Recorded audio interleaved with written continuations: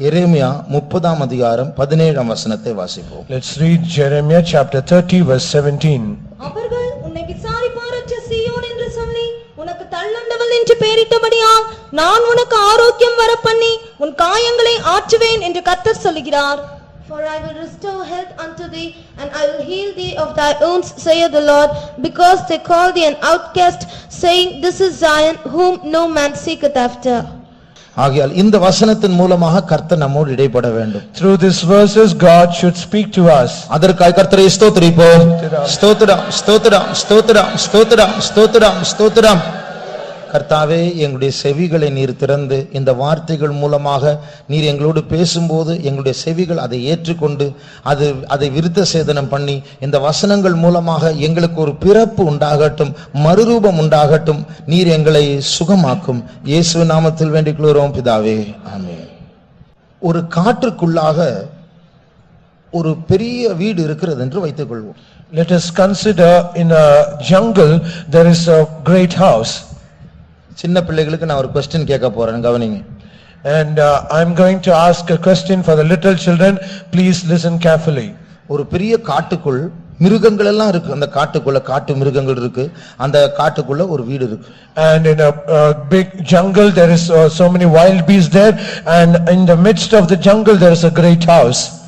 அந்த வீட்டை சுற்றி ஒரு பெரிய உயர்ந்த ஒரு காம்பவுண்ட் வால் இருக்கிறது. And around that great house there is a great compound wall. அந்த வீட்டுக்குள்ள ஒரு வாலிபன் இருக்கிறான். And inside that house there is a young man. இப்ப நான் பிள்ளைகள் கிட்ட கேட்கிறேன். And now a question to the children. அந்த காம்பவுண்ட் வால் ரெண்டு காரியங்களை செய்யும். And that compound wall can do two things. ஒன்று, வெளியில இருக்கிற காட்டு மிருகங்கள் உள்ள வந்து இந்த வாலிபனை தாக்காதபடிக்கு இந்த காம்பவுண்ட் வால் தடை செய்யும். One, this compound wall will protect the young man that is in the house so that the wild beasts might not attack him. அந்த காம்பவுண்ட் வால் செய்கிற இரண்டாவது காரியம் என்ன? So what is the second thing that this compound wall can do? யாராவது சொல்லுங்க, பாய் சொல்லுங்க, girl சொல்லுங்க. இதுக்கு பைபிள் தெரியணும்னு அவசியம் இல்லை, சும்மா மூளை யூஸ் பண்ணாது. அதாவது வெளியில இருக்கிற காம்பவுண்ட் வால் போட்டதனால வெளியில இருக்கிற மிருகங்கள் உள்ள வராது. Because there is a compound wall, the wild beast that is outside of the house, they cannot enter inside the house. வீட்டுக்குள்ள இருக்கிற வாலிபனை அது தாக்காது. They cannot attack the young man that is in the house. இரண்டாவது ஒரு காரணம் இருக்கு. There is another reason. அது என்னது? What is that?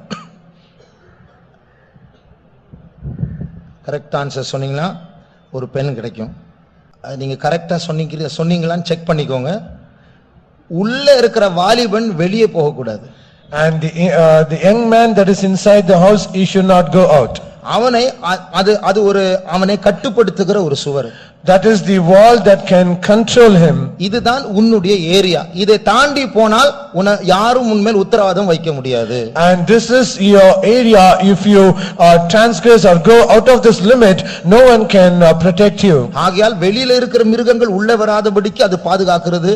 உள்ள இருக்கிற வாலிபன் வெளியே போகாதபடிக்கு அது எச்சரிக்கிறது. அதான் அவனுடைய எல்லை. And it is all protecting the young man so that the wild beasts outside cannot attack him, and also it is warning the young man that is inside, he cannot go out of his limits. நாம் தான் அந்த வாலிபர். And we are that young man. வெளியில இருக்கிற மிருகங்கள் தான் பிசாசு. பிசாசுடைய கூட்டத்தார், விழுந்து போன ஆவிகள். The wild beast that is outside, they are the devil and the fallen angels. அந்த வீடு தான் தேவனுடைய அன்பு. And the house is the love of God. அந்த சுவர் தான் தேவனுடைய பிரமாணங்கள். And the wall and the compound wall is the statutes of the Lord. தேவன் நமக்கு சில கண்டிப்பான இப்படிதான் இருக்கணும் என்ற சில பிரதிஷ்டைகள், வேறுபாட்டின் ஜீவியம், சில சட்டங்களை தேவன் தந்திருக்கிறார். God has given some strict orders or laws, life of consecration and all the controls that he has given so that we might live only like this. இந்த வாலிபன் வீட்டுக்கு அடங்கின ஒரு நல்ல பிள்ளையா இருப்பான் என்றால் அவனுக்கு காம்பவுண்ட் வாலே தேவையில்லை, அவன் வெளியே போக மாட்டான். And if this young man is a very obedient boy and he is very good, there is no need for a compound wall for him because he will not go out. இயேசுவை நேசிக்கிற ஒரு நபருக்கு போய் நாம் பிரமாணம் சொல்ல வேண்டிய அவசியம் இல்லை, அவர்கள் தானாகவே பிரமாணங்களை கைக்கொள்வார்கள். To a person who loves Jesus already, there is no need for us to give all the commandments and laws because he himself will willingly he will obey it. ஏன் காலையில 4 மணிக்கு எழும்புறது இல்ல? ஏன் இப்படி ஒரு ஆடம்பரமான Dress போட்டுட்டு வர்றீங்க? ஏன் சர்ச்சுக்கு லேட்டா வர்றீங்க? இப்படி எல்லாம் கேட்க வேண்டிய அவசியம் இதெல்லாம் தானாக வீட்டுக்குள்ள இருக்கிறவர்கள் இயேசு நேசிக்கிறவர்கள் கைக்கொள்வார்கள். If we ask them why you are not able to rise up early in the morning, why are you arraying with all costly dress, why you are not doing all these things, there's no need for us to ask him, because he will do it already out of love. ஆனால் Bible சொல்லுகிறது நியாயப்பிரமாணம் யாருக்கு தெரியுமா? For the lawless and disobedient. பிரமாணம் இல்லாதவர்களுக்கும் கீழ்ப்படியாதவர்களுக்கும் தான் இப்படி compound சுவர் அவசியம். And for the lawless and disobedient, the scripture says to them they need a compound wall. அங்க இருக்கிற மிருகத்தை பார்க்காமல், அங்க இருக்கிற ஆபத்தை பார்க்காமல், அங்க ஏதோ இருக்கிற இன்பத்தை பார்த்து அது விஷம், அது அபாயகரமானது என்று உணராமல் காம்பவுண்ட் வால்ல இருந்து அப்படியே எப்போ பார்த்தாலும் எட்டி பார்க்கிறதான வாலிபனுக்கு காம்பவுண்ட் வால் ரொம்ப முக்கியம். சட்டங்கள் பிரமாணங்கள் ரொம்ப முக்கியம். To the young man who always peeps and just sees what is happening outside, the pleasures outside, and not knowing what is the danger and the poison outside, if he always peeps out and sees, for him he need a compound wall. இன்றைக்கு நான் உங்களோடு பகிர்ந்து கொள்ள போகிறதான தேவ செய்தியின் தலைப்பு காயம், wound. And the topic for this morning's message that I like to share with you is wound.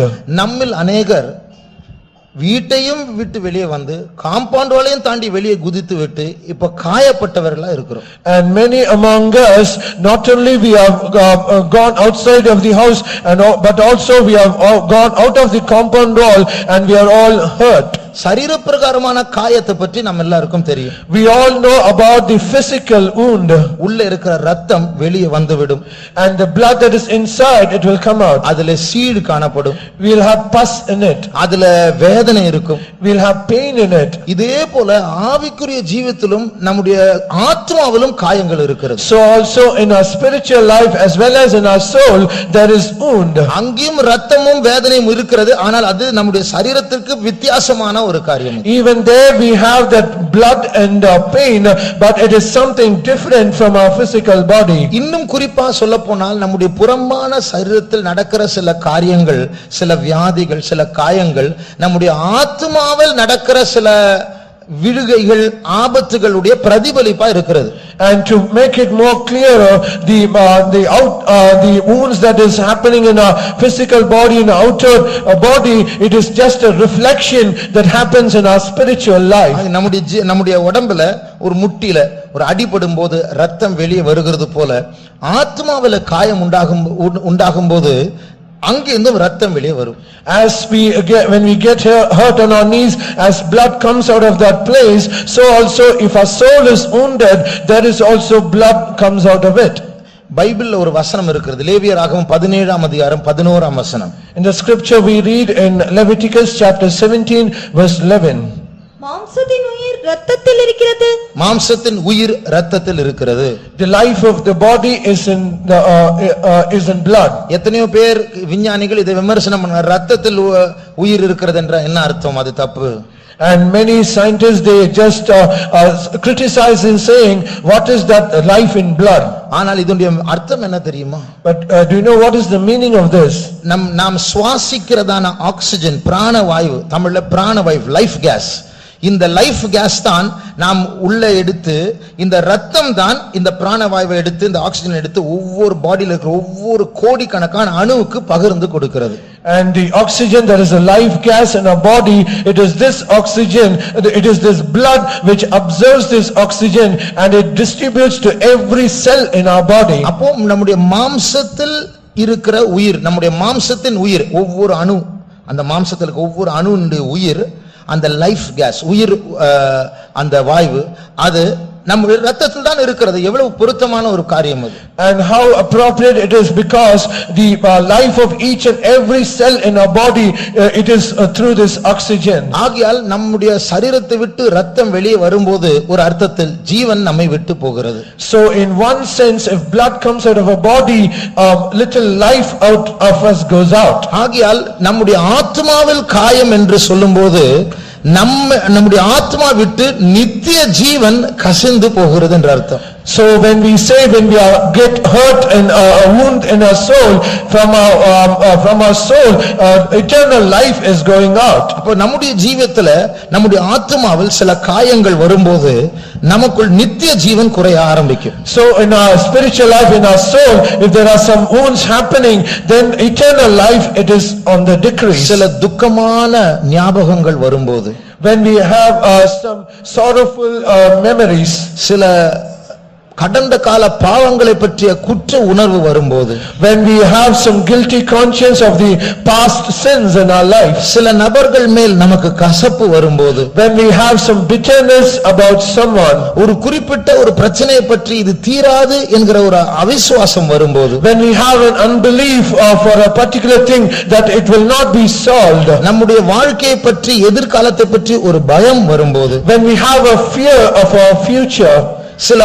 பாவங்கள் நம்மை தாக்கும்போது, when some sins they are attacking us, சில அதைரியங்கள் நம்முடைய ஜீவியத்தை தாக்கும்போது, when some discouragements it is attacking us, இதுதான் நம்முடைய ஆத்துமாவின் காயமாய் மாறி அங்கிருந்து நித்திய ஜீவன் குறைய ஆரம்பிக்கிறது. and this becomes as a wound in our soul, and they are eternal life is நம்முடைய decreasing. மனதில் குற்ற உணர்வை வைத்துக் கொண்டால், கசப்பை வைத்துக் கொண்டால், அதிலிருந்து நித்திய ஜீவன் வெளியே போக ஆரம்பிக்கும். And if we have the guilty conscience or some bitterness or resentment, then we will have eternal life decreasing in our soul.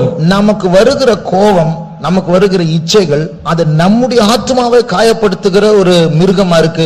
காட்டு மிருகங்கள் காம்பவுண்டுகள் வெளியில மட்டுமில்ல, இருதயத்துக்குள்ளவே இருக்கிறது. And our bitterness or our lust in our life, it is that the beast that is inside us, it is attacking us, not only the wild beast outside. ஆகையால் இப்படிப்பட்ட காயங்கள் வரும்போது நம்முடைய ஜீவியத்தில் நித்திய ஜீவன் குறைய ஆரம்பிக்கிறது. So if some such wounds are coming in us, then eternal life is decreasing in our soul. நித்திய ஜீவன் குறைகிறது என்று சொன்னால் நம்முடைய வாழ்க்கையில் என்ன சம்பவிக்கும்? If I say eternal life is decreasing, what will happen to our life?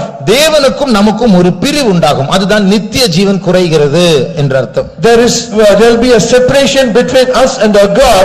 That is the meaning of eternal life is decreasing in our soul. சமீபத்தில் நம்முடைய சபையில் இருக்கிற நார்த் இந்தியாவில் இருக்கிற ஒரு வாலிப பிள்ளை பற்றி கேள்விப்பட்டேன். And recently I happened to hear of a young girl that is in our faith home in northern India. Cartoon படத்திற்கு அடிமையாகிவிட்டால், சின்ன பிள்ளை அல்ல, என்ஜினியரிங் முடித்து சாப்ட்வேர் கம்பெனியில் வேலை செய்கிற ஒரு வாலிப பிள்ளை கார்ட்டூன் படத்தை டெய்லி பார்த்து தான் இருக்கிறா. அவ சொல்றா, இப்ப எனக்கு கூட்டத்துக்கு வரணும், காத்திருப்பு கூட்டத்துக்கு வரணும், சண்டே சர்வீஸ்க்கு வரணும், எனக்கு இன்ட்ரெஸ்டே இல்ல, கட்டாயத்தினால தான் நான் போறேன். She has been addicted with cartoon films. She is not a little child, but she has completed engineering and she is working in an IT industry.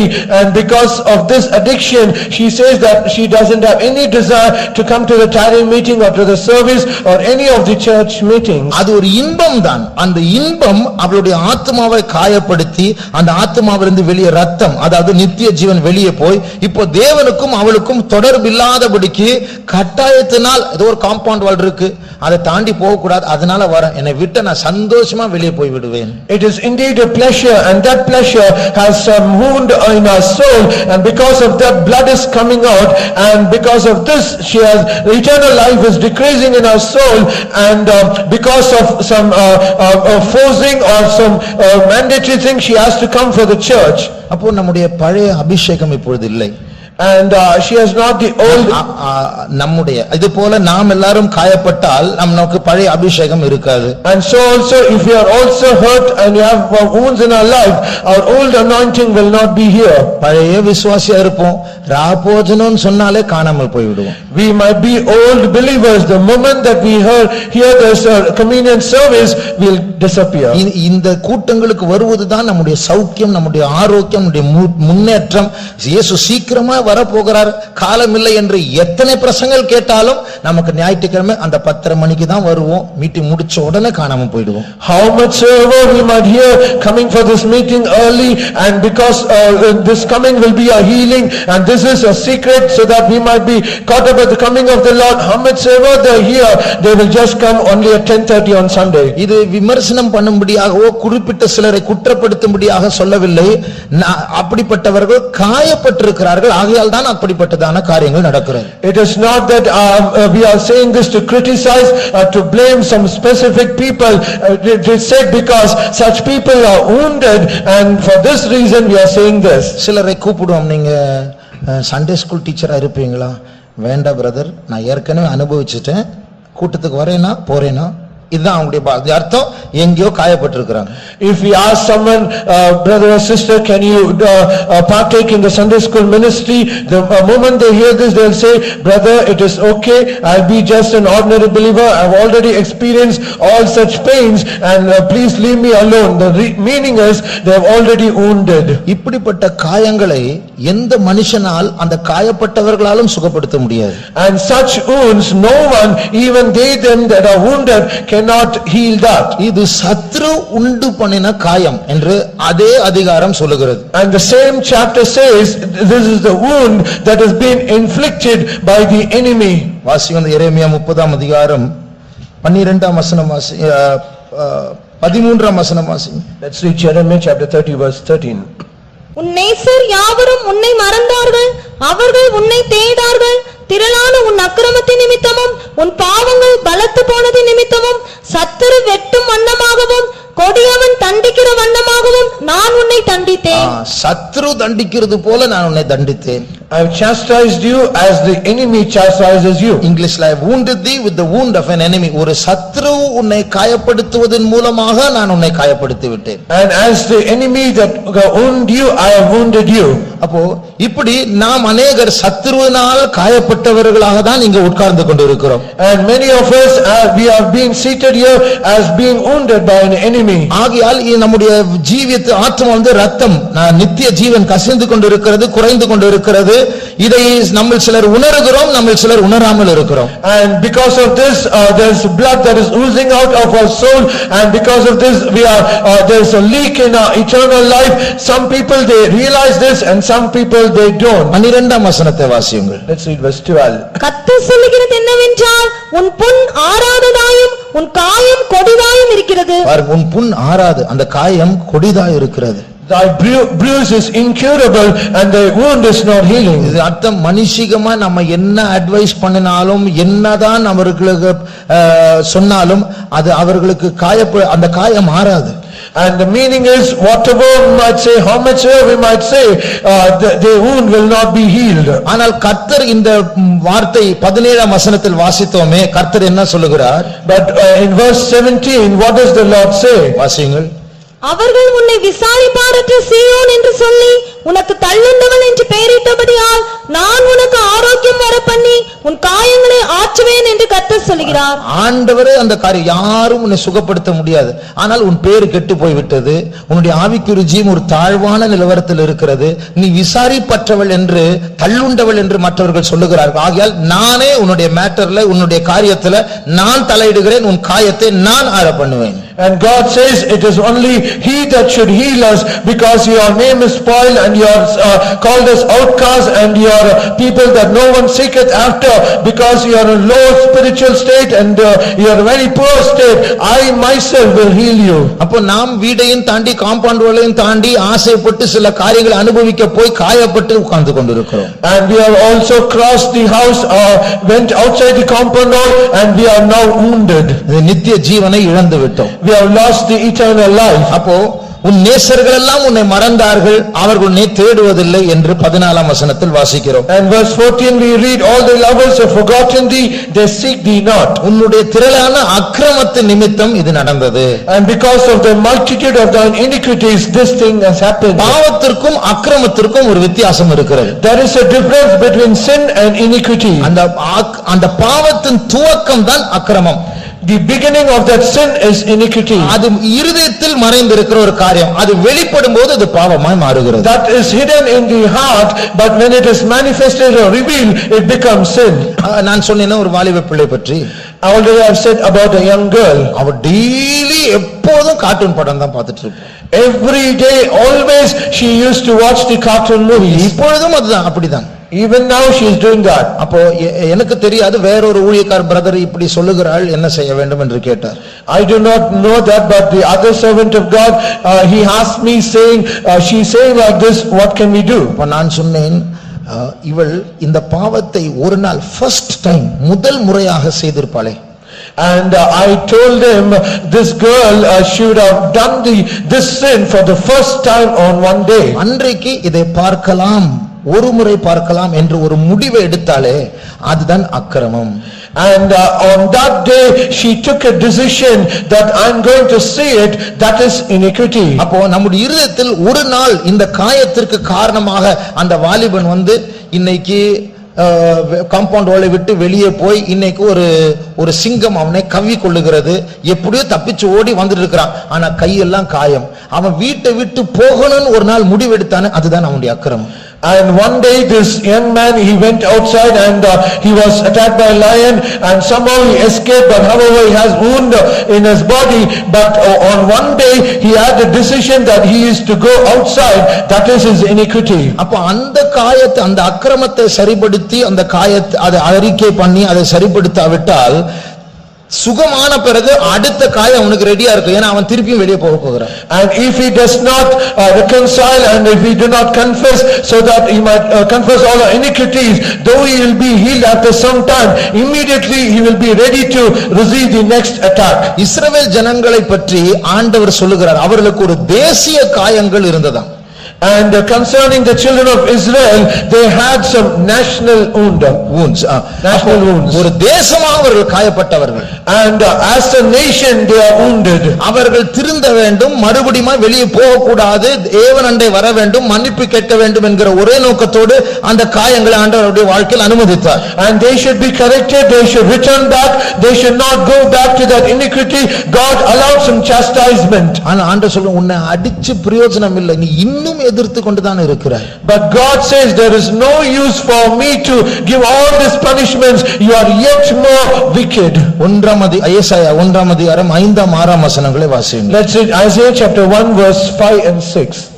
இன்னும் நீங்கள் ஏன் அடிக்கப்பட வேண்டும், அதிகமாய் விலகி போகிறீர்களே, தலையெல்லாம் வியாதியும் இருதயமெல்லாம் பலட்சயமாய் இருக்கிறது, உள்ளங்கால் தொடங்கி உச்சந்தலை மட்டும் அதிலே சுகமே இல்லை, அது காயமும் வீக்கமும் நொதிக்கிற ரணமும் உள்ளது. பாருங்க, தலையிலிருந்து கால் வரைக்கும் உன்னை அடிச்சு பார்த்தேன், ஆனா நீ திருந்தவில்லை. And I tried to strike you from the top of your head to the sole of your foot, there is no use in it. நீ ஏன் இன்னி இதுக்கு மேல உன்னை அடிச்சு என்ன பிரயோஜனம், நீ இன்னும் எதிர்க்க தான் போகிறாய். There is what use is if I be striking you more, there is no change in you. அப்போ ஆண்டவர் திருத்த வேண்டும் என்று சலிப்படைந்து பேசுகிறார். And God is already vexed because he is always tried to correct you, but there is no use. இந்த தேசமாக விலகி போன இஸ்ரவேல் ஜனங்களை பற்றி சொல்லுவதற்கு ஆள் இல்லாமல் ஆண்டவர் 2ஆம் வசனத்தில் வானமே கேள் பூமியை செவிகொடு என்று வானத்தையும் பூமியையும் பார்த்து பேசுகிறார். And to the children of Israel who are revolted against the Lord, and there is no use of saying all these things to them, God now calls to all the sky and the heaven and says, unto you I say this. இப்படி இருந்தாலும் நம்முடைய காயங்களை கட்ட மறுபடியும் நம்மை சுகமாக்க கர்த்தர் ஆயத்தமா இருக்கிறார், விருப்பமா இருக்கிறார். Even though we are in such a state, however God is once again is ready to heal our wound and to bind our wounds. அந்த மூல வசனத்தில் நம்ம வாசித்த அந்த அதிகாரத்தில் யூதாவினுடைய இஸ்ரவேலுடைய 2 பகுதி, வடதேசம் தென் தேசம், இந்த 2 தேசங்களினுடைய சிறையிருப்பை ஆண்டு திருப்ப போகிறார், மறுபடியும் சொந்த தேசத்துக்கு கொண்டு வர போகிறார் என்றெல்லாம் ஆசீர்வாதத்தின் வார்த்தைகளை அங்கே வாசிக்கிறோம். The key verse that we read, it is God is trying to bring back all the children of Israel, the nation of Israel that is split into northern and the southern land. He is going to bring back again, he says words of blessing. ஆகையால் நம்முடைய காயங்கள் சுகமாக்கப்பட வேண்டும் என்றால், if our wounds should be healed, நம்முடைய அங்கே அந்த ரத்தம் வராமல் இருக்க வேண்டும் என்றால், if at all the blood should not come out, திருப்பி நாம் நார்மலாக சுகமடைந்தவர்களாக தேவனிடத்தில் வர வேண்டும் என்றால், if at all we have to come back again to the Lord as a normal people, நாம் 3 காரியங்களை செய்ய வேண்டும். we have to do 3 things. மறுபடியும் ஏசாயா 1ஆம் அதிகாரம் 6ஆம் வசனத்தோட இப்போ வாசிக்காத அந்த பகுதியை வாசியுங்கள். Let's read the verse that you have not read in Isaiah chapter 1 verse 6. அது சீழ் பிதுக்கப்படாமலும் அது சீழ் பிதுக்கப்படாமல், அதில் முதல் காரியம் சீழ் அந்த காயத்திலிருந்து எடுக்கப்பட வேண்டும். Firstly, that pus should be taken out. ஆகையால் இந்த சீழ் என்று சொன்னால் என்ன? ஒரு காயத்தில் சீழ் இருக்கு, அது என்னது? அது எது? என்னது அது? If there is a pus in a wound, what is that actually? உடம்புல செத்து போன அணுக்கள் தான் சீழாய் மாறுகிறது. And the white blood cells in the body, when it is dying, they are called pus. அப்போ அந்த சீழ், அதற்குள்ள இன்ஃபெக்ஷன், அதற்குள்ள கிருமிகள், அது விஷ கிருமிகள் இருக்கும். And in that pus there will be germs which has the infection. அந்த சீழ் பிதுக்கப்படாமல் இருக்கும் என்றால் இந்த சீழ் செத்த அணுக்கள் மற்ற உயிருள்ள அணுக்களை தாக்கும். But if this pus is not purified or it is not taken out, this pus which has the infection of the germs, it will also affect and infect the other lively cells. அதனுடைய அர்த்தம் இன்னும் நிறைய சீழ் உருவாக்கப்படும். கடைசியா அந்த சரீரமே, முழு சரீரமே செத்துவிடும். And the meaning is the more pus will be formed and all the cells will be infected, finally the whole body will die. ஆகையால் முதலாவது காரியம் சீழ் பிதுக்கப்பட வேண்டும். The first thing, the pus should be taken out. இது ஆவிக்குரிய ஜீவிதத்தில் நம்முடைய ஆத்மாவில் உள்ளதான காயங்கள் சுகமாக்கப்பட வேண்டும். ஆத்மாவின் சீழ் மாற வேண்டும் என்றால், பிதுக்கப்பட வேண்டும் என்றால் என்ன செய்ய வேண்டும்? So if at all this pus should be taken out from our soul, what should we do? அதுதான் பாவ அறிக்கை. That is the confession of sin. இப்பொழுது சொன்னது போல பாவத்தை, ஆண்டவரே நான் நிறைய சினிமா பார்க்கிறேன், அன்னைக்கு நான் கெட்ட வார்த்தை பேசிட்டேன், பொய் சொன்னேன், இது மாத்திரமல்ல, இதற்கு பின்னாடி அக்கிரமம் என்கிறதான ஒரு ஆரம்பம் இருந்தது, அதெல்லாம் சொல்லி அறிக்கை பண்ண வேண்டும். As I now said, there is no use when we say, oh Lord, I've done this by confessing it, but we should think the first day, the first iniquity that we have done on one day. ஒரு விபச்சார பாவத்தில் ஒருவன் விழுந்தால் அதற்கு ஆண்டவரிடத்திலிருந்து இரக்கம் பெற்று மன்னிப்பு பெற வேண்டும் என்றால் அந்த செயலுக்கு மாத்திரமல்ல, அந்த செயல் ஒரு நாள் மனதில் ஒரு ஆரம்பம், ஒரு அக்கிரமம் பிறந்தது, அதிலிருந்து ஆரம்பிக்க வேண்டும். If at all a person who is an adulterer is not only he should confess to receive the mercy of the Lord, but however he should think of the one day initially he made a decision or had a desire to commit such a mistake. டாக்டர்ஸுக்கு, நர்சஸுக்கு தெரியும், சீழ் எடுக்கும் போது இரக்கம் பாராட்ட மாட்டான். அந்த இடத்துல anaesthesia கொடுத்து அதை பிரஸ் பண்ணி எல்லா ஏரியாவில் உள்ள எல்லா சீழ் அந்த ஓட்டை வழியா வெளியே வரும்படியாக முயற்சி செய்வார். And all the doctors and the nurses, they already know they will not have any mercy to bring out all the pus in the body. They will give all anesthesia and also they will somehow try to bring out all the pus from that hole. Pastor மனாசேயுடைய சரீரத்துல அந்த கட்டி அதை clean பண்ணிட்டு இருக்கும்போது நான் பக்கத்தில் நின்று கொண்டிருந்தேன். And while the wound in Pastor Manasseh's leg was cleaned, I was beside him. ஒரு பெரிய ஓட்டை இருந்தது. And it had a great hole. இதை கிளீன் பண்றவங்க சிசர்ஸ் எடுத்து அதுல காஸ் போட்டு பக்கத்துல அந்த சிசர்ஸை திருவி ஓட்டை போடுறாங்க. And the people who are cleaning this wound, they took a gauze and they attached it to scissors and they put that deep into that wound and they are trying to clean all the pus around it. He is trying to dig a hole into the body. Dig a hole into that wound and trying to clean it. Not into the wood, into the body. Into the body. அதுல ஓட்டை இல்ல, ஓட்டை உருவாக்குறாங்க. And there is no hole there, but however they are trying to create a hole. ஏனா எந்த சீழ் அங்க இருந்தா மறைஞ்சிருந்தா சைடுல எங்கேயோ இருக்கும், அதுக்கப்புறம் அது ஸ்ப்ரெட் ஆகி வேற பக்கத்துல வந்துரும், மரணம் வரக்கூடாது. அதனால எல்லா சீழும் வெளியே கொண்டு வரணும், ஃபுல்லா பாவ அறிக்கை பண்ணணும். And because if at all that some pus is left somewhere, it will spread all throughout the body and it will bring death. So all places, everything should be cleansed. ஆகில் ஏதோ அரைக்குறையான ஒரு அறிக்கை செய்வது மற்றவர்களை அதனால தான் பைபிள்ல சொல்லியிருக்கு, பாவத்தை மறைக்கிறவன் வாழ்வடைய மாட்டான். அப்ப அந்த பஸ், அந்த சீட் அங்க உள்ள இருந்து அவனுக்கு மரணத்தை தான் கொண்டு வரும். And we should not do any half-hearted confession, as it is said, he that covereth sin, he shall not prosper. So we should confess it wholly.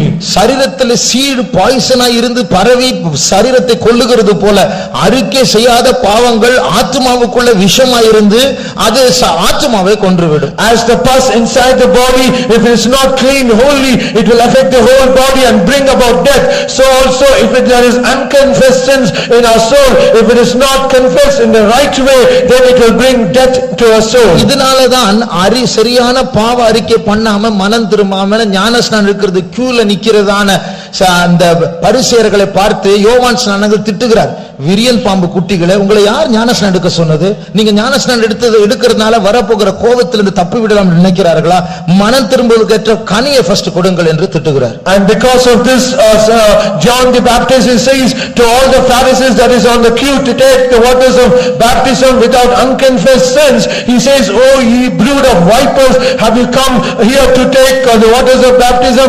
You should give first the fruit of repentance." பாவங்களை ஆண்டவரிடத்தில் சொல்லி அறிக்கை செய்யாமல் நம்முடைய ஜீவியத்தை சரிப்படுத்தாமல் இருந்தால் அந்த அறிக்கை செய்யாத பாவம் நம்மை கொன்று விடுகிறது மாத்திரமல்ல, நாம் விரியன் பாம்பு குட்டிகளை போல சபைக்குள் இருந்து மற்றவர்களை கொட்டி கொண்டு மற்றவருடைய நித்திய ஜீவனை உரிந்து கொண்டிருப்போம். So also if we do not have a proper confession and take the waters of baptism, and if we also, not only we will die but also the people along with us, we will be like the brood of vipers and destroy them as well. ஆகிய அந்த விஷம் வெளியே வர வேண்டும்.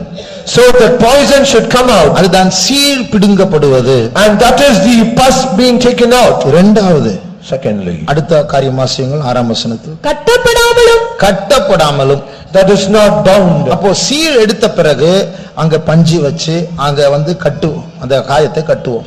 And after this pus is taken out, it should be bound or closed. ஏன் கட்ட வேண்டும்? Why? இந்த ஆகாயத்துல ஏர்ல நிறைய கிருமிகள் இருக்கு. In the air, we have so many germs. ஒரு டாக்டர் ஒரு முறை சொன்னார், ஏற்கனவே உங்களிடத்தில் சொல்லுகிறேன், ஒரு கப் எடுத்து நீங்க தண்ணி குடிக்கும் போது உங்களுக்கு உதடுபடுக அந்த இடத்துல ஏறக்குறைய 50,000 கிருமிகள் இருக்கும். நமக்கு தெரியாது. 50,000 கிருமிகளை வாயில வச்சுதான் குடிக்கிறோம். நம்ம நினைக்கிறோம் அதை கிளீன் பண்ணிட்டோம். நம்ம சாப்பிடுறதுக்கு முன்னாடி கை கழுவுறோமே, 5 லட்சம் கிருமிகளை கொன்று போடுறோம் அந்த சோப்பை வச்சு. And as already I have shared, once the doctor said, as we drink a cup of water and the moment that we take it to the lips, there are almost 50,000 germs between our lips and the brim of the cup. So also when we wash our hands, we are almost destroying 5 lakhs of germs when we wash our hands. அத்தனை கிருமிகள் இருக்கிறது இந்த ஆகாயத்தில். So there are so many germs in the air. இந்த தீட்டுப்பட்டதான கிருமி, இந்த ஆகாயத்தில் உள்ள கிருமிகள் இந்த காயத்தை தாக்க கூடாது, திருப்பி சீழ் வந்துவிடும். ஆகையால் தான் அதை கிளீன் பண்ண உடனே கட்டி போடுகிறோம். And because of this germs that is in the air, it should not defile the wound that is already cleaned and washed. They should not attack it again, and because of that it should be closed. அந்த பஞ்சியம் sterilised, அது கிருமிகள் அற்றதா இருக்க வேண்டும். அந்த கட்டும் அந்த துணியும் கிருமிகள் அற்றதா இருக்க வேண்டும். அதை கிளீன் பண்ணக்கூடிய கையும் கிருமிகள் அற்றதா இருக்க வேண்டும். And all the cotton and the gauze and the cloth and the hands that is tying the wound, all should be sterilized. இதுதான் சுத்திகரிப்பு.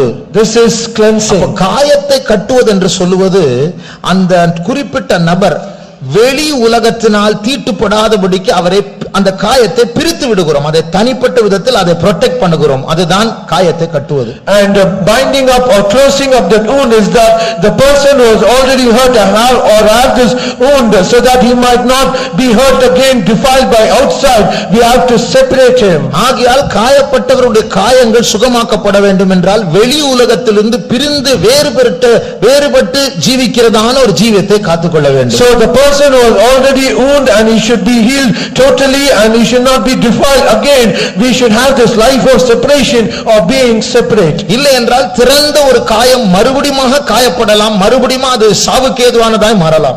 And otherwise the wound that is already clean, and if it is open, it might again be affected, and also it might bring about death in them. பிசாசுடைய வேலை என்ன தெரியுமா? Do you know what is the work of the devil? புதிதாக காயப்பட்ட ஒரு காயத்தை உருவாக்குவதை விட காயப்பட்ட இடத்தை காயப்படுத்தினால் அது அவனுக்கு சாதகமான ஒரு காரியம். ஈஸியா மரணத்தை கொண்டு வரலாம். It is something easy to advantageous to him, rather than creating a new wound. It will be great easy to him to already affect the already wounded place. உதாரணமாக, for example, ஒரு மனுஷன் ஒரு சம்பவத்தினால் பயப்பட்டு விட்டான் என்று யோசித்துக்கொள். let us consider a person is already afraid for an incident that happened in his life. வாழ்க்கையில் ஏதோ ஒன்று சம்பவித்தது, அது நிமித்தம் அந்த காரியத்தில் ரொம்ப பயம்.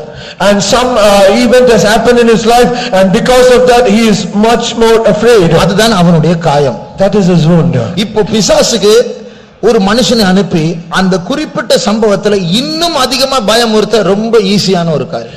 And for the devil, it is very easy to him to send a person to that person who is already affected in that area, and he can threaten him more. அப்ப அதனுடைய அர்த்தம் சீக்கிரமா அந்த காயங்கள் ஆறுவதற்கு நாம் இடம் கொடுக்க வேண்டும், இல்லை என்றால் புதிதாக அந்த காயமாகவே இருக்கும்படியாக பிசாசு தலையிடுவான். And the meaning is we have to give room so that the wound might heal very quickly, because if it is not so, that wound will still remain and the devil will try to affect it more. அந்த clean பண்ணுகிறவருடைய கை சுத்தமா இருக்க வேண்டும், அந்த துணி சுத்தமா இருக்க வேண்டும், பஞ்சி சுத்தமா இருக்க வேண்டும், அவர்கள் போட்டு க்ளீன் பண்ணுகிற அந்த இன்ஸ்ட்ருமெண்ட்ஸ் எல்லாம் சுத்தமா இருக்க வேண்டும். அதுபோல சுகமாக்கப்பட வேண்டும் என்றால், காய கட்டப்பட வேண்டும் என்றால் நாம் ஒரு ஸ்டெரிலைஸ்ட் ஏரியா, கிருமிகள் அற்ற ஒரு பரிசுத்தமான ஒரு ஏரியாவுக்குள் வர வேண்டும். அப்பொழுதுதான் சுகமே ஆரம்பிக்கும். As the hands of the people who do the dressing, the instruments they use and the cotton and the cloth, all they use, everything should be sterilized.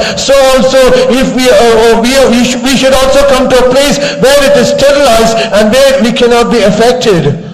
இந்த faith home ஒரு ஸ்டெரிலைஸ்ட் ஏரியா, இது சுத்திகரிக்கப்பட்ட ஒரு area. This faith home is a sterilized area, it is a clean area. நம்முடைய வீடுகளும் ஒரு sterilised சுத்திகரிக்கப்பட்ட area. Even our houses where we dwell, there is also a sterilized area. ஆனா வீட்டுல ஜெபம் இல்ல, வீட்டுல தனி ஜெபம், குடும்ப ஜெபம், காலை ஜெபம், மாலை ஜெபம் ஒன்றுமே இல்ல. அது மாத்திரமல்ல, வீட்டுல டிவி ஓடிட்டு இருக்கு, சினிமா பாக்குறோம், உலக சம்பவ பொருட்கள்லாம் இருக்குன்னு சொன்னா அங்கேயும் கிருமி இருக்கும். But on the other hand, if we do not have personal prayer, morning prayer, evening prayer, common prayer, or praising, whatever, all the praise, if we do not have, and not only that, if we have a television going on and all the worldly things are in the house, that is not a sterilized area. நம்முடைய mobile போன்ல தேவையில்லாத படங்கள், photos எல்லாம் வைத்தால் அங்கேயும் கிருமிகள் இருக்கும். And if we have some unwanted pictures or videos in a mobile phone, there is also sin in that. இதை வைத்து பிசாசு ஈஸியா நம்முடைய காயங்கள் அவன் பார்த்துக் கொள்வான். Through this Satan will take care so that our wounds are not healed quickly. ஆகையால் நம்முடைய காயங்கள் கட்டப்பட வேண்டும், சுகமாக்கப்பட வேண்டும் என்றால் சுத்தமான ஒரு இடத்திற்கு வர வேண்டும். காயம் அது சுகமாகும்படியாக சுத்தமான பஞ்சியினால் அது கட்டப்பட வேண்டும். So that our wound might be healed and it should not be affected again, we have to come to a more sterilized place and it should be closed with sterilized things. இதுக்கு தான் அடிக்கடி faith home-க்கு வர வேண்டும். For this reason we have to come to the faith home often. சும்மா பைக்கை park பண்ணிட்டு வெளியே போறதுக்கு இல்ல, கூட்டங்களுக்கு வந்து நாம உட்காரணும். It is not that we park our bikes and go away, but we have to come to the meetings and we have to sit in the presence. இப்போ நம்ம கூட்டம் நடக்கும்போது யாருமே பார்க்காத நேரத்துல அப்படி நைஸா ஸ்லிப் ஆகி வெளியே போயிட்டு கூட்டம் முடிக்கிற இடத்துல வருது, இது மாதிரி இல்ல, இது நமக்கு தான் நம்முடைய காயம் சுகமாகாது. And if at all, if we go out of this hall without no one noticing us, and if we go out of this hall, it is we are getting wounded and we cannot be healed of our wound. அப்போ தேவனுடைய வார்த்தை, தேவனுடைய சமூகம், இதுதான் sterilised area. அங்க வந்து நம்முடைய காயங்கள் கட்டப்படும் போது அங்க பிசாசு தாக்க முடியாது, அங்க சீக்கிரம் சுகம் உண்டாகும். And the word of God, the presence of God, they are the sterilized area, and if we come to that sterilized area and if a wound is closed and it is bound with that sterilized cloth, we can be healed, because Satan cannot come to that sterilized area. சீக்கிரமா ஒரு பெரிய யுத்தத்தில் நாம் எல்லாரும் பங்கெடுக்க போகிறோம். Very soon we are going to partake in a very great battle. சுகம் அடையாமல் நாம் யுத்தத்தில் பங்கெடுத்தால் திருப்பி திறந்த காயத்தில் அவனுடைய அக்கினி அஸ்திரங்களை அனுப்புவான், நாம் அதரியப்பட்டு தான் திருப்பி வருவோம். If we go and take part in the battle without wounds being healed, and if it is an open wound, Satan will attack with his fiery darts and he will make it more worse. ஆகையால் நம்முடைய காயங்களை கட்டுவது என்று சொன்னால் எங்கிருந்து கிருமிகள் வருகிறது என்ற அந்த காரியங்களை கண்டுபிடித்து அதை சரிப்படுத்த வேண்டும், அதை விட்டு விலக வேண்டும். And if at all we have to wounds to be healed, we should understand where that germs is coming and we should close it out. தவறான மியூசிக் கேட்டா அந்த ஸ்பீக்கர் வழியா, அந்த ஹெட்போன்ஸ் வழியா கிருமிகள் நம்முடைய இருதயத்தை தாக்கும், காயங்களை திறந்து விடும். If we hear some wrong music through that speaker on the phone or whatever it is, through that spirits will attack us. Cinema பாட்டுகளுக்கு அடிமையா இருந்தா நம்முடைய இருதயம் காயப்படும்.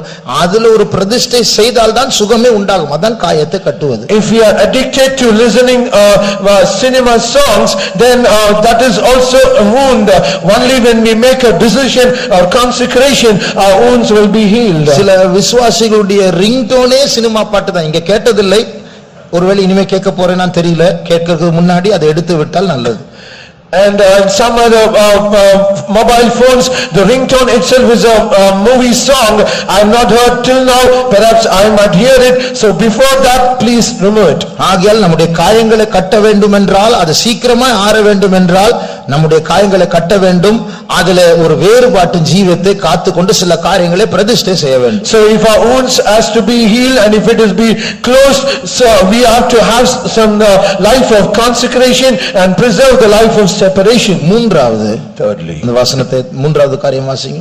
எண்ணெயினால் ஆற்றப்படாமலும் இருக்கிறது. எண்ணெயினால் ஆற்றப்படாமல் இருக்கிறது. it is neither mollified with ointment. எண்ணெய் ஊற்றும் போது அதற்கு காரணம், ரெண்டு காரணம் இருக்கிறது. When an oil is poured on the wound, there are two reasons. ஒன்று, அந்த வசனத்தில் சொல்லப்பட்டிருக்கிறபடி வேதனை குறைந்துவிடும்.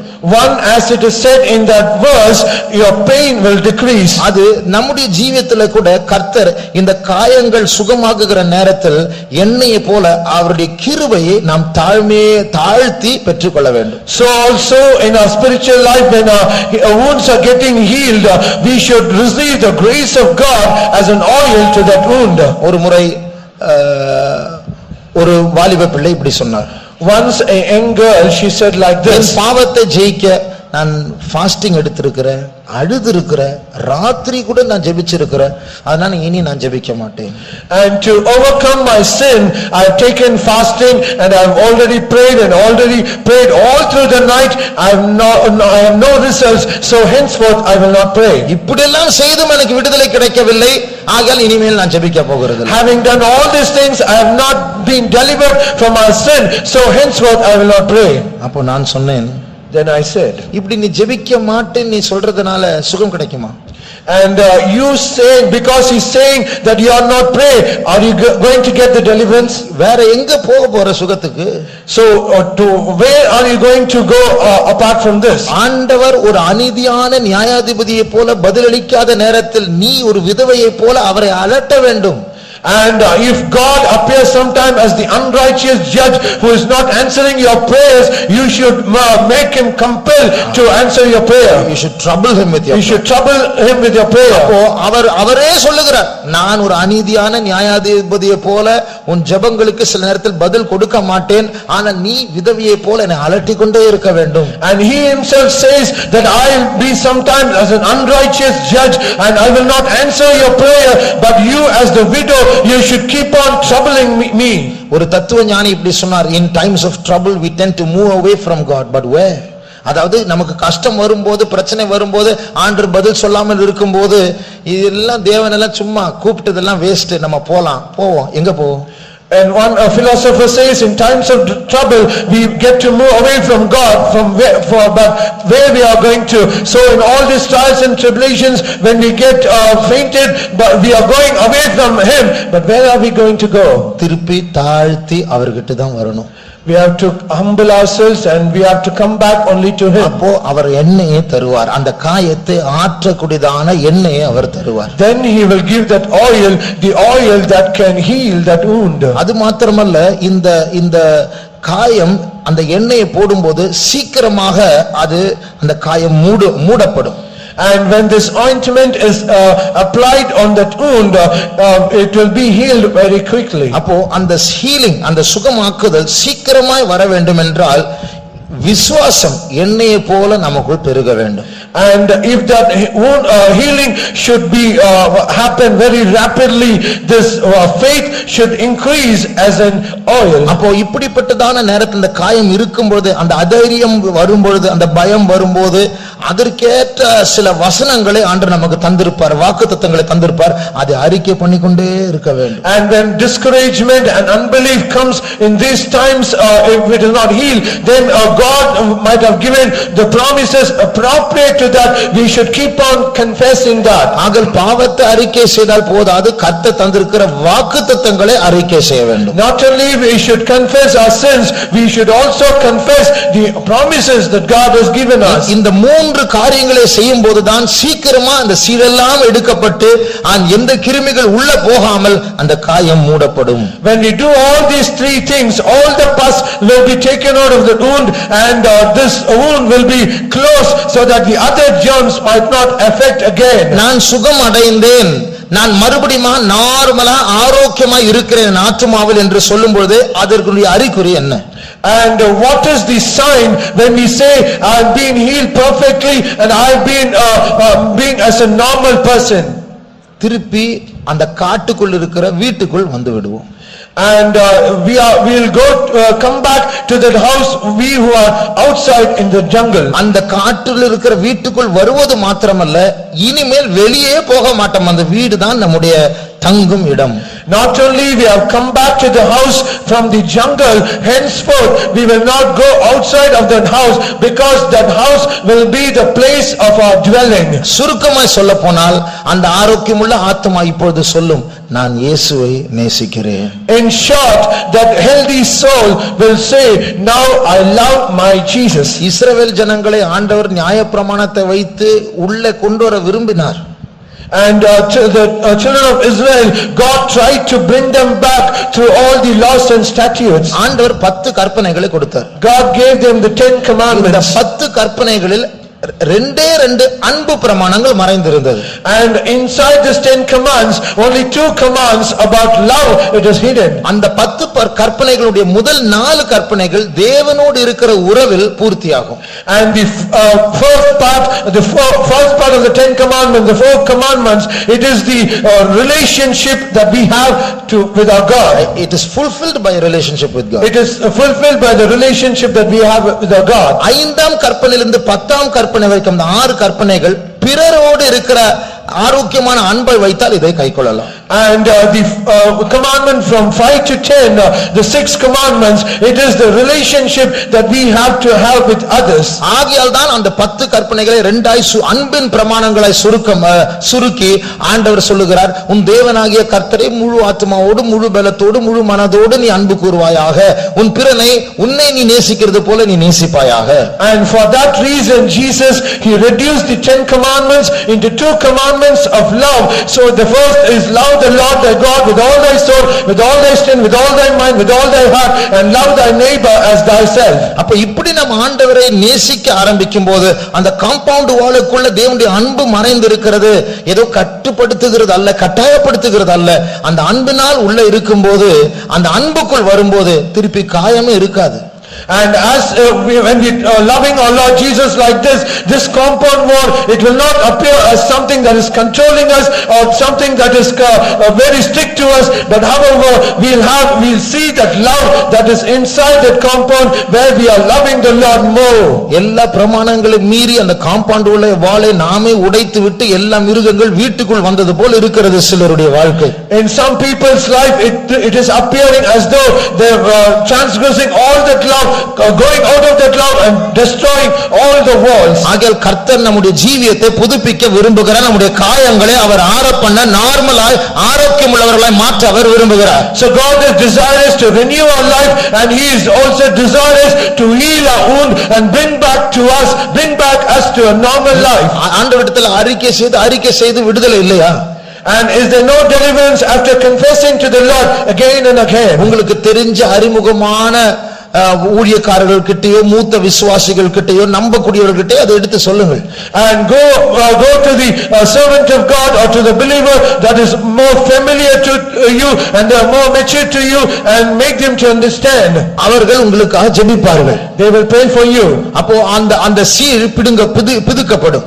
And that soul pus will be brought out. அவர்கள் சில ஆலோசனைகளை சொல்வார்கள். இனிமேல் இப்படி செய்யாதிருங்கள். And they will give you some counsel. Henceforth henceforth do not do like this. இனிமேல் இப்படி செய்யுங்கள். Henceforth do like this. அப்படி செய்யும்போது நம்முடைய காயத்துல பஞ்சி போட்டு கட்டி போடுகிறோம். When they obeyed accordingly, then we are placing cotton and we are putting cloth over it. மூன்றாவது எண்ணெயை ஊற்ற வேண்டும். நாம் போய் தாழ்த்தி தேவ சமூகத்தில் கிருபை பெற்று விசுவாசத்தினால் அறிக்கை பண்ணி கர்த்தர் என்னை கைவிட மாட்டார், அவர் எனக்கு எத்தனை வாக்குத்தத்தங்களை தந்திருக்கிறார், மனுஷன் வாக்கு மாறலாம், தேவன் வாக்கு மாற மாட்டார் என்று விசுவாசத்தை பலப்படுத்த வேண்டும். And the third thing, as pouring oil into that wound, we have to go to the presence of God, humble ourselves, and we have to pray to the Lord. Henceforth hitherto the Lord has preserved me, and henceforth he will also preserve me. We should confess that promise and increase our faith. நம்முடைய கண்களை மூடுவோம். Let us close it. இன்றைக்கு நாம் விசாரிப்பற்ற சீயோனாக, யாரும் விரும்பாத சீயோனா இருக்கிறோம். Today we are being like a Zion that is not inquired by others, and we are like outcasts. காரணம் என்னவென்றால் எருசலேமும் காயப்பட்டிருக்கிறது, சீயோனும் காயப்பட்டிருக்கிறது. The reason is both Zion and New Jerusalem has already been wounded. புறம்பாக்கப்பட்டவர்களைப் pole காணப்படுகிறோம். We are found as outcasts. ஆனால் கர்த்தர் நம்மை சுகமாக்க அவர் விரும்புகிறார். But however God is desirous to heal நம்முடைய us. சிறையிருப்பை மாற்றுகிற தேவனாக, நம்முடைய காயங்களை கட்டுகிறவராக அவர் நம்ம மத்தியில் இருக்கிறார். He is in our midst as a person who can heal us and who can bind up our wounds. அந்த பழைய அபிஷேகம் வேண்டுமா? Do you need that old anointing? முந்தின நாட்கள் கர்த்தருக்காக ஓடி ஊழியம் செய்தது போல மறுபடியும் ஊழியம் செய்ய வேண்டுமா? Do you want to do a ministry that you have done in the former days, going around and doing the ministry to the Lord? ரட்சிப்பையே இழந்தவர்களைப் போல உட்கார்ந்து கொண்டிருக்கிறோமே, அந்த ரட்சிப்பின் சந்தோஷத்தை மறுபடியும் பெற வேண்டுமா? We are being seated here as a person who are not even the salvation, or you want to receive the joy of salvation again. நம்மை சுகமாக்குகிற கர்த்தர் நம்மத்தில் நடந்து கொண்டிருக்கிறார். Our God who can heal us, he is walking in our midst. இந்த அவருடைய ஆலோசனைப்படி ஒத்துழைத்தால் அந்த காயங்களை கர்த்தர் ஆற பண்ணுவார்.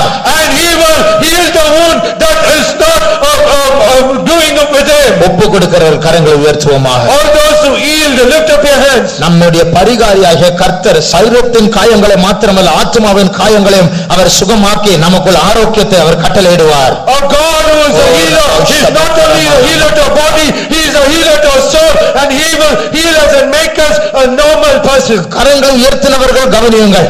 All those who lift up your hands, listen. நாம் விசுவாசித்தால், if we believe, இந்த கூட்டத்துக்கே வராத காயப்பட்ட சிலர் இருப்பார்கள். there are people who are wounded, they are not able to come to this meeting. அவர்களுக்கு கர்த்தர் நம்மை டாக்டராய் மாற்றி அவருடைய காயங்கள் நம் மூலமாய் ஆறும்படியாக கர்த்தர் செய்வார். For them God will make us doctors, and through us God will heal their wounds. குற்றுயிராய் கிடக்கிறவர்களை உயிர்ப்பிக்கும்படியாக சுகமாக்கும்படியாக சில நல்ல சமாரியர்களை கர்த்தர் சபையில் எழுப்ப போகிறார். God is going to raise up good Samaritans so that they might heal the people who are half dead. முதலாவது நம்முடைய காயங்கள் ஆறும்படியாக ஒரு நிமிடம் நாம் ஜெபம் பண்ணுவோமா? Firstly, so that our wounds might be healed, let us pray for 1 minute. உங்களுக்குள்ள என்ன காயம் இருக்கிறது உங்களுக்கு தெரியும். You know the wounds that is in your life. எனக்குள்ள என்ன காயம் இருக்கிறது என்று எனக்கு தெரியும். And I know the wound that is in my life. அது ஒரு குற்ற உணர்வா?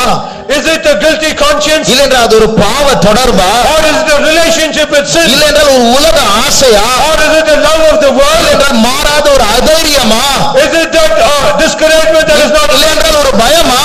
Or it is a fear? இல்லையென்றால் ஒரு அவிசுவாசமா? Or it is an unbelief? அது எதுவா இருந்தாலும் இப்போது ஆண்டவரை நோக்கி கூப்பிடுவோமா? Whatever it is, let us now call unto the Lord. ஆத்தும நேசர், ஆத்தும டாக்டர் நம் மத்தியில் உலாவிக் கொண்டிருக்கிறார். Beloved of us, sir, doctor of us, sir, he is moving in our midst. அறிக்கை செய்தார், அவரை சீழே அவர் எடுத்து போடுவார். If we confess, the Lord will remove that pus out of it. வேதனை உணராதபடிக்கு என் கிருபை உனக்கு போதும் என்று அவர் சொல்லுவார். He will give us the grace and say, my grace is sufficient, so that you might not feel the உன் pain. பலவீனத்தில் அவர் பலன் பூர்ணமாய் வெளிப்பட போகிறது. In your weakness, his grace shall be perfect. ஜெபிப்போமாக.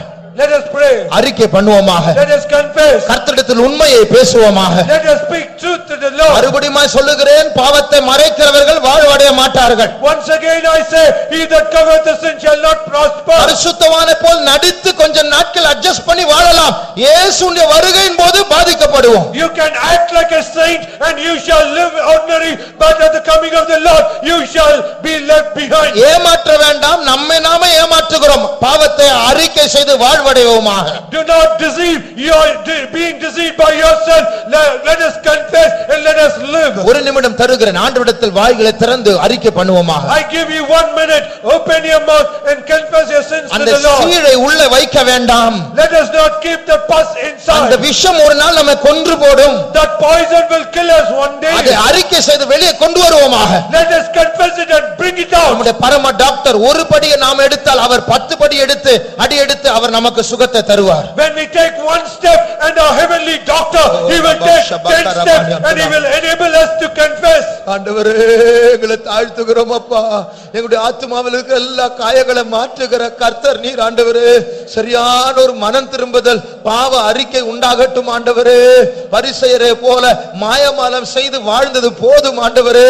விரியன் பாம்பு குட்டிகளை போல நாங்கள் சபையில் இருக்க கூடாது, மற்றவர்களை கொல்லக்கூடாது, இடர்களாய் மாறக்கூடாது. உண்மையான விடுதலையை தாரும் ஆண்டவரே. காயங்களை கட்டுகிற பரம வைத்தியரே, நீர் எங்கள் மத்தியில் ஒரு சுத்திகரிப்பின் வேலையை செய்ய விரும்புகிறீர் ஆண்டவரே. எங்களை பரிசுத்தப்படுத்தும் ஆண்டவரே. உம்முடைய சித்தம் இல்லாமல் வீட்டை விட்டு காம்பவுண்ட் வாளை விட்டு நாங்கள் வெளியே போய் ஆசைப்பட்டு அடிபட்டு வந்து விட்டோம். அந்த அக்கிரமத்தை மன்னியும் ஆண்டவரே. எங்களுடைய அக்கிரமங்களை மன்னியும் ஆண்டவரே. இப்பொழுது உம்முடைய இரத்தத்தினால் எங்களை கழுவும் சுத்திகரியும் ஆண்டவரே. எங்களை மறுபடியும் சேர்த்துக் கொள்ளும் ஆண்டவரே. Thank you Lord. ஸ்தோத்திரம் இயேசுவே, ஸ்தோத்திரம் இயேசுவே, ஸ்தோத்திரம் இயேசுவே, ஸ்தோத்திரம் இயேசுவே, ஸ்தோத்திரம் இயேசுவே, ஸ்தோத்திரம் இயேசுவே, ஸ்தோத்திரம் இயேசுவே, ஸ்தோத்திரம் இயேசுவே.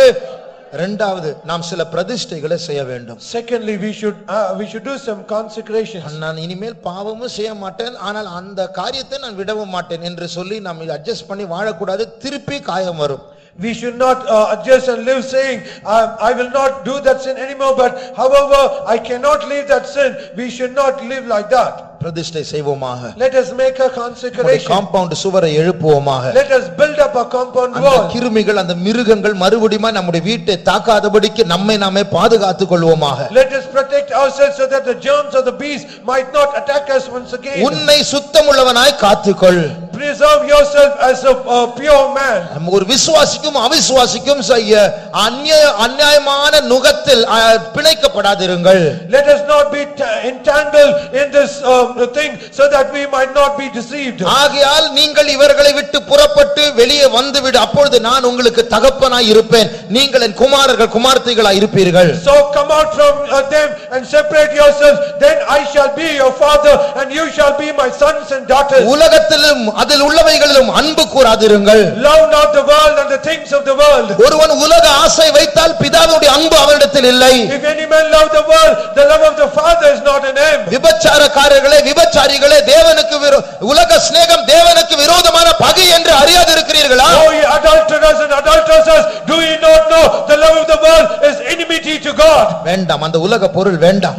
Let us not need that worldly அந்த thing. உலக ஆசை வேண்டாம். Let us not have the worldly desire. திருக்குள்ள கோணலான அந்த ஆசை வேண்டாம். Let us not have the crooked and the desire in us. கர்த்தர் நம்மை சுகப்படுத்த விரும்புகிறார், நாமும் அந்த காயத்தை திறக்க விரும்புகிறோம். God is desirous to heal us, but however we try to open the wound. அந்த காயங்களை மூடி விடுவோமாக. Let us close that wound. கர்த்தர் நம்மை பரிசுத்தமாக்கும்படி ஒரு ஸ்டெரிலைஸ்ட் ஆன சுத்தமாக்கப்பட்ட ஒரு சமூகத்திற்கு நம்மை கொண்டு வந்திருக்கிறார். God has brought us to a holy place and a sterilized place so that we might be healed. மூடப்பட்டவர்களாக திரும்பி போவோமாக. Let us return back as we have been closed. அந்த குறிப்பிட்ட காரியத்தில் நாம் அதை மூடிக்கொள்வோமா, இனிமேல் செய்ய மாட்டேன், பார்க்க மாட்டேன், போக மாட்டேன், உடுத்த மாட்டேன், அணிய மாட்டேன் என்று முடிவெடுப்போமா?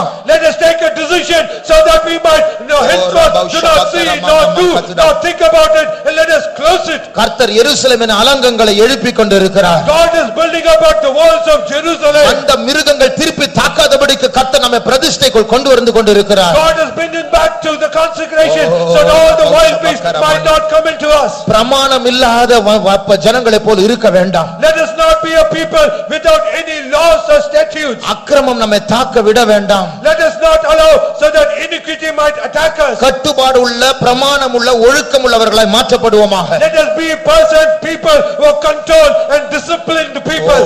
ஒரு காலத்தில் வேறுபாட்டின் ஜீவம் சபையில் இருந்தது, இப்போது கொஞ்சம் கொஞ்சமாக எல்லாரும் பிரியப்படுத்தும்படியா எல்லா விதமாக ஜனங்கள் நடந்து கொண்டிருக்கிறார்கள். Once this church had a greater consecration, but however little by little to please others it is on the decrease. increase. காயப்பட்டு அடி வாங்கி தான் திருப்பி ஓடி வர வேண்டும். And we have to be stricken and we are wounded and we have to come back. ஆலோசனை கர்த்தராக கர்த்தர் நம்மத்தில் நடந்து கொண்டிருக்கிறார். As a counselor, he is moving in our midst. அவருடைய இரத்தத்தை நம்மேல் பூசிக் கொண்டிருக்கிறார். He is applying his blood upon us. நம்முடைய பிரதிஷ்டைகளை புதுப்பிப்போமாக. Let us renew our consecration. உறுதியான தீர்மானத்தை செய்வோமாக. Let us make firm decisions. மூன்றாவது, Thirdly, அந்த வேதனை உணராதபடிக்கு so that we might not feel that pain. என் கிருபை உனக்கு போதும் என்று கர்த்தர் சொல்லுகிறார். God is saying, my grace is sufficient for அது you. சுகமாக கொஞ்சம் நேரம் ஆகும், அதுவரைக்கும் என் கிருபை உனக்கு போதும். It will indeed take some time to be healed, but till then my grace is sufficient for you. நம்முடைய காயங்களை ஆற பண்ணுகிற தேவன் எண்ணெயை நம்முடைய காயத்தில் ஊற்றிக் கொண்டிருக்கிறார். God who can heal our wounds, he is pouring out the oil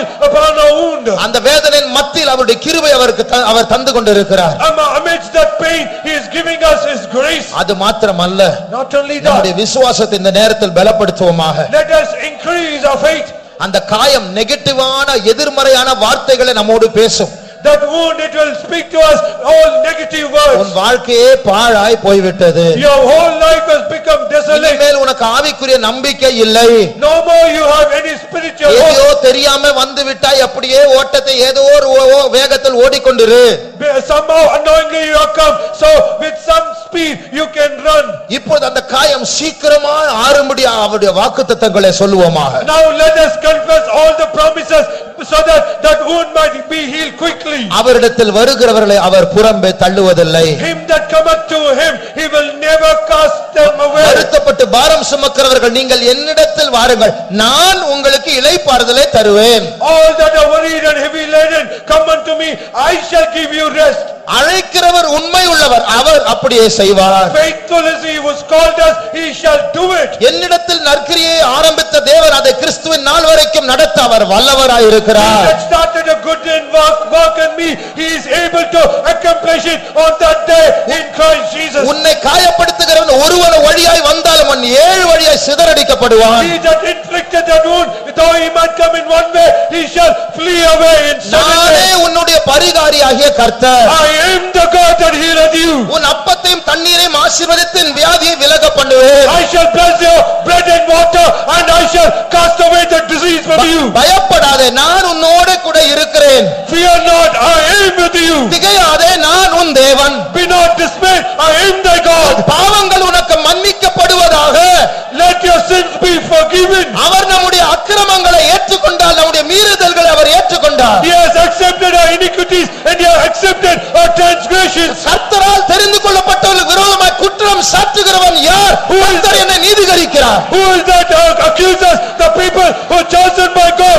It is God who justifieth us. உன்னை மறுபடியும் காயப்படுத்த முடியாது. உனக்கு விரோதமாய் உருவாக்கப்படுகிற எந்த ஆயுதமும் வாய்க்காத போகும். No weapon that is formed against you shall prosper, so that it might inflict a wound again in you. உன்னை குற்றப்படுத்த முடியாது. உன்னை நீதிமன்றத்திற்கு இழுத்துக் கொண்டிருக்கிற அந்த ஆவியை நீ குற்றப்படுத்துவாய். To accuse you, to inflict a wound again, you to bring them to a judgment, you are going to judge that wound. இந்த வாக்குத்தத்தங்களை பார்த்து ஆமென் என்று எத்தனை பேர் சொல்லுகிறீர்கள்? Looking at these promises, how many of you say amen? உங்கள் காயம் சீக்கிரமாய் ஆறப் போகிறது. Your wound is going to be healed quickly. கர்த்தர் அந்த காயத்திற்குள் எண்ணெயை ஊற்றிக் கொண்டிருக்கிறார். God is pouring out oil on that wound. அந்த குற்ற உணர்வை மாற்றி கர்த்தர் நம்பிக்கையை தந்து கொண்டிருக்கிறார். God is changing that guilty conscience and is giving you that hope. எத்தனையோ வருடங்களாக நீ சுமந்து கொண்டிருந்த இந்த சுமையை உன் முதுகிலிருந்து கர்த்தர் மாற்றி போடுகிறார். God is changing that burden that is on your back, that you are bearing it for so many years.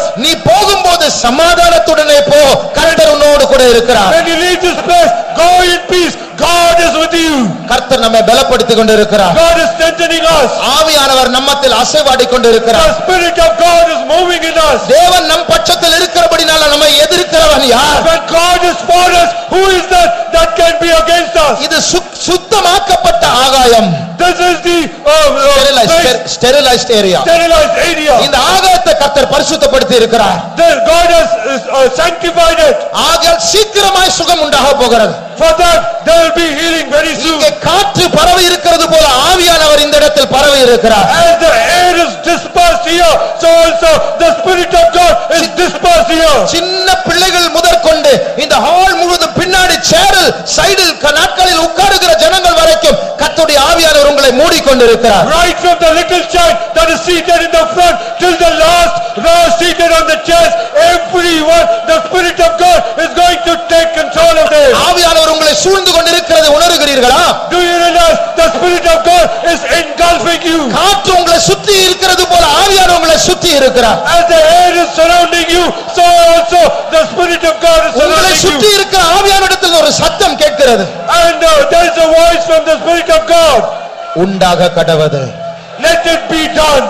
இல்லாதவைகளை உருவாக்குற ஆண்டவருடைய வார்த்தையின் சத்தம். The voice of the Lord that created things from nothing. இல்லாதவைகளை இருக்கிறது போல அழைக்கிற ஆண்டவருடைய சத்தம். The voice of the Lord which calleth things as though they are not. வெளிச்சம் உண்டாக கடவது. Let there be light. வெளிச்சம் உண்டாக கடவது. Let there be light. சுகம் உண்டாக கடவது. Let there be healing. காயம் ஆற கடவது. Let there be healing in the wound. அந்த கர்த்தருடைய சத்தத்தை கேட்டு மகிழ்ந்து களிகூருவோமாக. Let us rejoice and be glad hearing the voice of the Lord. மரணமே உன் கூரெங்கே, பாதாளமே உன் ஜெயம் எங்கே? Oh, death, where is the sting? Oh, hell, where is the victory? பரலோகத்தின் தேவனே நமக்காக வழக்காடிக் கொண்டிருக்கிறார். The heavenly God, He is interceding for us.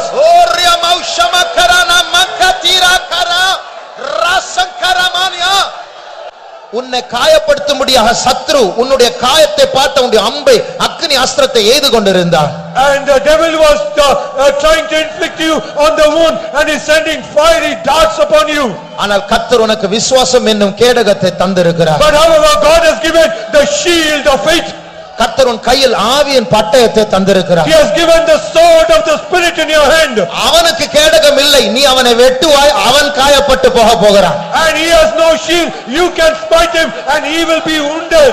எழும்பி அவனை துரத்தி வெட்டக்கூடிய அபிஷேகத்தை கர்த்தர் தந்து கொண்டிருக்கிறார். God is giving you anointing so that he might arise and smite him. அந்த வல்லமையை பெற்றுக்கொள்வோமா? Let us receive the power. ஷமனா துரக சத்துர கரபாரியாத்ரா கரமா ஷபகரமா கத்ரா கரமா ஷபகரமானா திரமா ஷபகரமானா திரா திரா ரபகலமானா திரே.